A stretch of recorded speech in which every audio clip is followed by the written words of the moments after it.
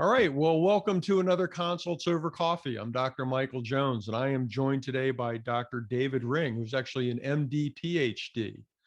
And you are the Associate Dean for Comprehensive Care and Professor of Surgery and Psychiatry at the Dell Medical School, which is part of UT Austin. Do I have Yeah. that correct? Yep. UT Austin finally has a medical school. Yeah, and I got pointed in your direction because we're talking a little bit about narrative medicine, and I was intrigued by the idea of an orthopedic surgeon with, as I mentioned before, without wanting to trot out a trope, an orthopedic surgeon who's actually interested in the psychosocial aspects of care. Yeah, and that's how Sharon connected us, is that she was also, struck by that when I met her when she came to UT Austin. Well, it really is, as an athlete who's been injured seriously before, I certainly know my recovery process very often. A lot of my ability to function or to come back wasn't really my physiology or my anatomy. It was my head at that point. Is this going to be okay? Is this pain the fact that something's wrong, or is it just part of the rehab process? So, and I think maybe that's a great place to start, is the idea of I think a lot of people in the community have a sense of pain. If I have 10 out of 10 pain in my knee, there must be 10 out of 10 wrong in my knee. Right. And the processing of pain is complex, and maybe that's a good place to Yeah. start. And we can make it symptoms. But pain is certainly wired to go to the prepare for the worst part of our brain for sure. But symptoms like tingling or fatigue or nausea, itching. So what I say is to try to make sense of what you're talking about is people don't seek care for a symptom. If you just monitor your symptoms over the day, you'll have plenty of symptoms. And notice when you have one that's like, oh, my back's sore or my knee's sore, and you don't immediately seek care because you're like, sometimes it just goes away on its own, or maybe I'm getting old and I can manage. So you don't. It's not a symptom that leads you to seek care. It's a symptom that becomes a concern. It's when you have it, and when you have a concern, the first thing you do is Google it nowadays, and then Google makes you more concerned because there's not good information there, and then now you're more concerned, so you're probably going to go seek care. And then what it turns out, and then us as clinicians, so I'll say, hi, I'm Dr. Ring. How can I help you today? And people start telling me about their issue. It's not usually like, well, hurts right here when I do this, like very specific descriptions. They usually lead with their thinking about what's going on, their interpretation. So they don't tell me about the symptom, they tell me about the interpretation of the symptom. They'll say, I overdid it at work. It was that time I jammed it a month ago. They'll lead with the interpretation of the symptom, which usually has an underlying misconception and something that's worse than the truth. It's usually worst case thinking and making them feel worse. So for me in my field, one of the big things that comes up in musculoskeletal is somebody will come in and they'll say, I injured my shoulder. And then you listen to them and they start describing rotator cuff tendinopathy. It's like, so I'm going to have to gently guide you from the mindset of injured to old. And you laugh because it's brutal, right? People don't want that journey. They'd rather be injured, fix it, put me back. But then that's now why I'm interested in narrative medicine, because there's the part where the person needs to be able to tell their story and live their story and think their story and be comfortable with getting old. And there's a part where I need to not force them to live it too fast. And I have to have compassion in how I deliver my expertise, because it's not what they're thinking. No, and I think I when I was teaching, I always thought I would say to folks, when you walk into a room with someone, one of the first questions you ask them in one form or another is, well, how do you feel? And I would say to people, we are immediately into the realm of the subjective with that question. And that's, I think, we've promoted an idea of medicine as hard science and a lot of data and great technology and wonderful molecular biology and all these things. But when you're sitting in a room face to face with someone, it's a subjective experience. I think it's actually, it's strange but true that doctors, medical students, doctors, in a science-based profession, some of the most highly educated people in our society need to be reminded that symptoms are subjective, like they, by definition. So for instance, in scientific writing or discussions about pain, people will say perceived pain or pain perception. That makes no sense. Pain is always perceived. Pain is by definition perceived. That's what pain is. And what they're lacking is the word nociception, which is physiology of actual or potential tissue damage. Like you were saying, 10 out of 10 knee pain should be 10 out of 10 pathology or nociception.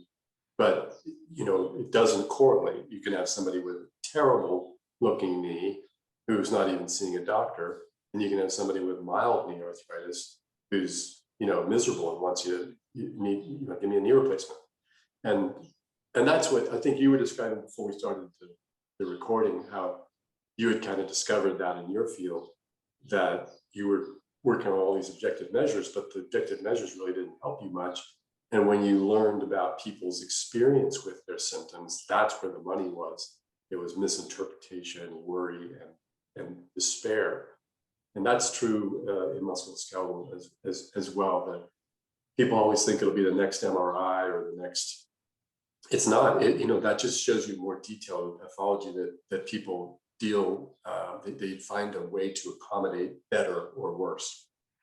Yeah, and I think that's it. Again, symptoms have meaning for people. I mean, you mentioned the fact that folks come in because they're scared, and that exists in the gastroenterology literature as well. With abdominal complaints, the frequency of the complaints and often the severity is not necessarily worse than in the general population, but the folks who seek care are certainly more concerned about the symptoms. Yeah, and we see what they that may represent, and also they tend to have differences in coping styles compared to non-consulters. Musculoskeletal is a playground for this because so much of it is discretionary and quality of life. And I feel like I've discovered quite a few things that could apply across medicine, and that's kind of how I ended up coming into this associate dean role. And it's been a little bit hard to get everybody excited about it, but one person who I did get excited about it is a GI surgeon. So he does heartburn surgeries, reflux surgeries, and he's all over it. They've been measuring anxiety related to reflux routinely in some industry-funded trials. And one of the reasons he told me was there's this thing that they put on, this sort of magnetic ring that goes around the links, the little magnetic beads. Yeah. And he's like, he'll have people, he puts that in, and just the idea that the thing is in there, like, you got to get this out, so that's why they care about this. And what the data are showing so far is the typical worry makes symptoms worse. Absolutely. And that's the thing. So if you're worried or despairing or hopeless, everything, we know that. We all know that. You're any problem you have in your body, it affects you more when you're down, when you're worried, when you're feeling less hopeful. That's just sort of common sense, but it's the elephant in the room. We don't talk about it. Now they've looked at some of the sort of post-operative data, and they see that the anxiety goes way down, which makes sense. Fewer symptoms, fewer worries. So it's really the interaction. The whole chicken and egg thing to me is a useless discussion. It's when somebody comes to you with reflux, that's a miserable symptom. I know that symptom. symptom. I don't want that symptom. And when they come to you with worry, that's also awful. And when they come to you with both, that's synergistically worse.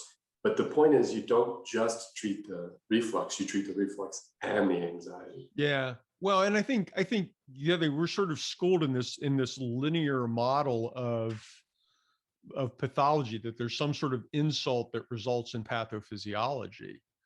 The And in reality, biomedical model. yeah, and a lot of these problems are really, they're not linear, they're circular, and they acquire a life of their own after a while, because they intercalate themselves into all aspects of the patient's life, but also into the lives of the people in their family and in their community, the people that they interact with. So they become complex. And you're right, just fixing one aspect of that or addressing one aspect of that doesn't, it only gets you but so far. So certainly one of the things that we started to do was actually to have a more formal biopsychosocial assessment in working these folks up, where we did, they had their CAT scans, they had their endoscopies, they had their manometries, they had all these things done. But then we also started to actually, we had health psychologists in the clinic. Well, that's great. And we also started to do, as part of our clinical trials and our assessment, but also as just to learn, was to do standardized measures of anxiety, generalized anxiety, health specific anxiety, coping strategies. I mean, to start to look at those things and then kind of say, well, you know what, your endoscopy looked okay, your gastric emptying test was okay, all this was okay, but man, you kind of rang the bell on the hospital anxiety and depression scale here.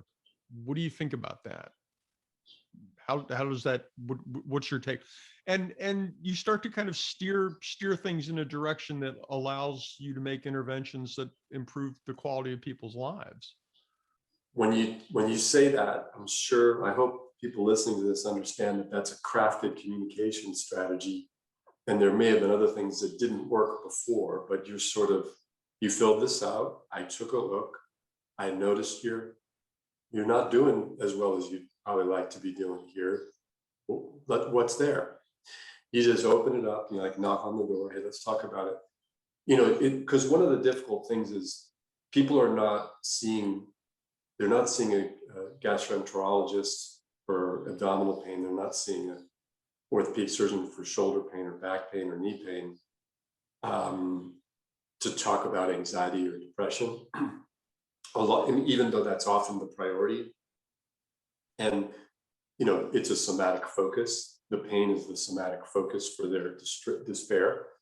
That can be true, but they're seeing the orthopedic surgeon or the gastroenterologist rather than the primary care doctor or the psychologist or psychiatrist, because they're not really ready for that. They're not really right. And so what we found, so the way this manifests, I've had similar setups as you. When I was in Boston, I had a psychologist in my office with me. In Austin, I have a social worker. But that sounds like, oh, problem solved. Not even. It's just getting started. So we routinely give out depression screen and anxiety screen. And it's well documented in orthopedics, in institutions that routinely give these out, that people don't always answer them honestly. So for instance, the PROMIS questionnaires, which is NIH funded, computer adaptive tests, we mostly use those now when we can. You'll see this nice Gaussian curve, which you should see of symptoms of depression or anxiety. Then you'll see this big spike at the bottom. And you can also measure the time that people took in filling it out. And they're just going, no. They're going through really quick, saying, don't go there, don't go there. Yeah. So there's a whole bunch of people saying, don't go there. And then, so you're not going to necessarily capture all the mental health opportunities by using screening questioning. And then once you do see somebody screening, if somebody fills it out honestly, then they probably want to talk about it. So you can gently open the door like you were describing. And then if you have somebody in the office to help, that's useful, because mental health is so deprioritized in our society that if you try to refer somebody, good luck. Like, first of all, you got to find somebody who knows how to do stuff like, somatic focus, catastrophic thinking, so misinterpretation of symptoms and somatization of distress. We don't have a lot of experts in that. And when you find one, they'll probably have a 3-month, 4-month waiting list, Yeah. and nobody wants to pay for mental health. So, it's not, and we would screen people in and then have the social worker come in. And sometimes that, relationship, we didn't do the setup well enough. So it's really delicate, really a lot of steps to get right there. I think that's the true art of medicine, right? Is how you interact with people and how you forge those relationships and sort of knowing when and how to broach certain topics. That's the key. It's all about the relationship. Yeah. And that's, which is actually the best part of the job. If you lean into the relationship, you like your job better, even when you hit up against the limits of modern medicine, or the person you're talking with has a block to seeing some of the important health opportunities for them. That all could be true, but as long as you just enjoying the person's story and taking a genuine interest in people, you're not gonna burn out. No, I don't think you are. And I think there's some healing value for people in just feeling like they've been heard, that they're There actually, is. yeah, that they're talking to someone who's generally interested in how they're doing and wants to help. Because Well, that's the idea behind narrative medicine. And you'll in my field, you hear, I'm a hand specialist, so we have hand therapists, certified hand therapists. And in my field, you'll hear surgeons on the podium or an academic setting saying, I thank God for my hand therapist. My hand therapist takes care of these issues. And that's kind of sad, because what it means is right when the relationship building moment comes for the hand surgeon, or something's about to go a little deeper, or something's getting complex, they just say hand therapy. But what happens in hand therapy is they're doing some things. There's a variety of things they may do, but while they're doing them, they're spending a lot of time. absolutely. And they're spending a lot of time, maybe more than once a week. And then you're gaining the person's trust, and they start to tell you their story. And I think that there should be a CPT code for that, or an E&M code for that, because that telling the story is probably the most important thing going on in hand therapy, in the hand therapy session. And for me, when I'll meet people who have been through a difficult health experience in this, I say difficult care experience. So I mentioned the person who with shoulder pain who feels injured, where it's not an injury, it's just aging of the shoulder. And you'll meet somebody who has a work claim and has been really bounced around and just treated inhumanly. And I meet them 9 months later, and they just kind of tell me their story of injustice. And it's true, and they're right. It is. They have experienced injustice, and there's just no way around them. They have to tell that story, and I have to listen, and I have to show interest, and I am interested. It takes a lot longer. It's going to be a longer visit because it's often a long story. And I always think I wish I'd met that person in 9 days or 9 weeks rather than 9 years. Then there's another aspect to this, which I want to get out there, in addition to telling your story. And there's actually some evidence in I don't know how much evidence there is around narrative medicine. I think that's still a growing area of evidence, but there's a lot of evidence around writing about what you're going through. And journaling. Yeah. Yeah, I got interested in that.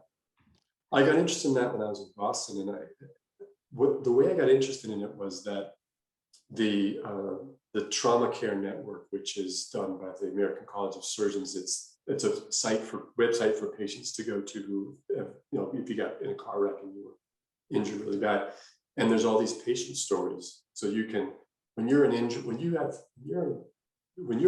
you think I'm screwed, and it's just, you don't see any way out. And so being able to read stories of people that felt just like you, and then a year later they're back to their roles, is really inspiring, and I think it's healing. So I started collecting stories. I started a randomized trial just before I left, and having some people journal and others not. And I wanted to get their stories to share with other people. But I also thought maybe writing it down would be healthy. Then fast forward, I get to Austin and I start meeting people. I meet this guy named Jamie Pennybaker. And He did a language analysis program. That's what he does now. But right. If you look at so Jamie's always like 10 or 20 years ahead of the rest of us. So I was like, he's been doing writing for healing since the 80s and Yes. 90s. Yes. And there's like thousands of research papers on it. So the key aspects are 15 minutes a day, write about the emotions of what you're going through, not the specifics, the emotions. So if you write about the emotions of whatever illness you're going through 15 minutes a day, solid evidence that that helps you feel better and do more. That's so funny. Yeah, I actually used his language analysis program for a while. We were doing some pilot research, just having people journal and then sort of looking at how the language of their journaling correlated with their symptoms, their improvement, and also other psychosocial aspects. Were these clues to psychosocial aspects that we weren't picking up on? Yeah, and I think that's a I've been interested in natural language processing for a while, and it's getting more accessible. And his program is getting more sophisticated. I'd consider it a form of natural language processing. One of the things we did using Jamie's program was we took, because patient experience measures have very high ceiling effects. In other words, you get that Yelp effect where you get the 5, 5, 5, 5, or 10, 10. So you're not learning. People are giving you really good scores when you probably could improve, and people are giving you bad scores when you probably did okay. You need that Gaussian curve to really learn. And so we're not getting it in satisfaction measures and recommendation measures and communication effectiveness. So what we did was we took all the verbatim comments, all the text comments we got in our little survey in our office, and put those through Luke, which is the LIWC is the name of Jamie's program. And we were able to generate a score and get a Gaussian curve. And it was also able to do thematic analysis that you could see like what people with low scores were experiencing. And it was always the lack of relationship. It's all about the relationship. So people that have the low scores feel like we don't care about them, feel like we're not interested in them, feel brushed aside. And that's, so I think that's a very powerful way to get past that gaming of the numerical questionnaire. Just ask people, hey, how do we do? What can we do better? Or how are you doing? What do you need? And then just take that and analyze it, and it'll probably be a roadmap to health. That's really good. And I really like the idea of journaling for folks, certainly in the medical setting, but in life in general. I think there's a lot of value in identifying and working through issues in our lives and gaining some insight and gaining some relief. Yeah, a lot of times. exactly. And it's cheap. You need a pencil and a piece of paper, and you're good to go in a little time, and a little bit every day works pretty well. Yeah, that makes me think of something we were chatting about just before we started recording, and that is how to get the things we've been talking about so far are not new. So that's the Jamie Pennybaker experience. Like, oh, I think I've got this new idea. No, he's been writing about book. He's written 3 books about it when you were in high school. So it's this gets into the sort of implementation science. So why are we not? What are the barriers that are keeping us from doing what is experimentally validated as helpful? And you start to get into that, and you think about it. It basically has to do with the way the human mind works. Ultimately, is how it defaults. So a lot of the misinterpretation of symptoms are these protective defaults: worst case thinking, fear of painful movement. And then there's also other defaults that we have, like the fundamental attribution error. If somebody says something mean, they are mean. These are basically cognitive biases, systematic defaults or shortcuts that our mind takes. And I think that's why things move so slowly, is because we aren't as thoughtful and aware about how our mind works as we could be, and we're not using our debiasing strategies. So a point that I was thinking is, one of the things that's starting to change is, an example could be shared decision making. So let's say you've got somebody with abdominal pain and no concerning pathology, nothing clear that you can do to address any specific discrete pathology, and you're trying to help them see all their opportunities for getting and staying healthy. And you're going to enter into some essentially shared decision making about which direction to take. Like, what should we call this? What tests should we do or not do? What treatment should we do or not do? And so shared decision making has been around a while. Patient-centered care has been around a while, but and what happens is most clinicians say, I'm really good at that. You know, I talk to my patients, I share the decision, and then if you observe them, it turns out they're really bad at that, and they don't even really understand what shared decision making is.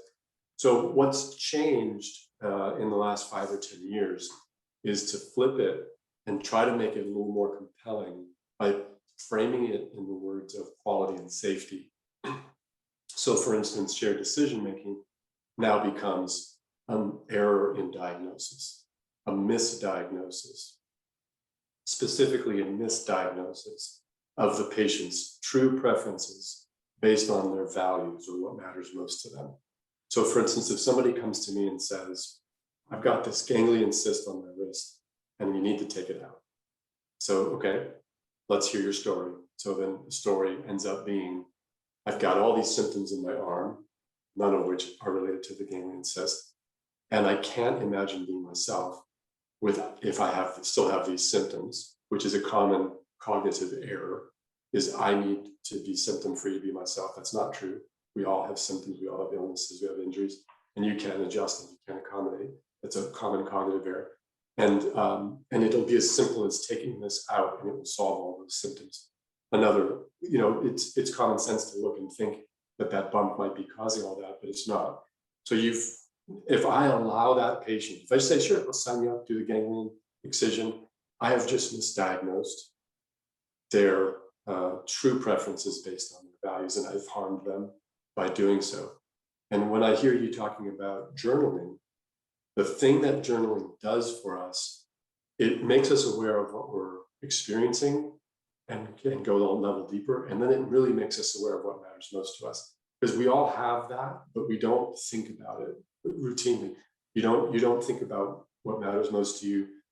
And even when you're in crisis, you tend to default to, I gotta solve this, I gotta solve this, I gotta solve it. But the way you solve it will be based on some foundational principles about what is important to you in life. And most people, just to finish off this line of thinking, I think it's fair to say most people have a base value of avoiding knives slicing into their skin. It's As funny, a friend of mine it's used to funny. say, don't get your spacesuit punctured. Yeah, but I mean, it's so surgeons get drawn into this. Like when you tell them that everyone has a base value of not wanting to be injured, including surgical injury, they're just taken aback, like surgery is good. No, surgery is controlled harm. That is what it is. It's strategic controlled harm, and we don't always have complete control.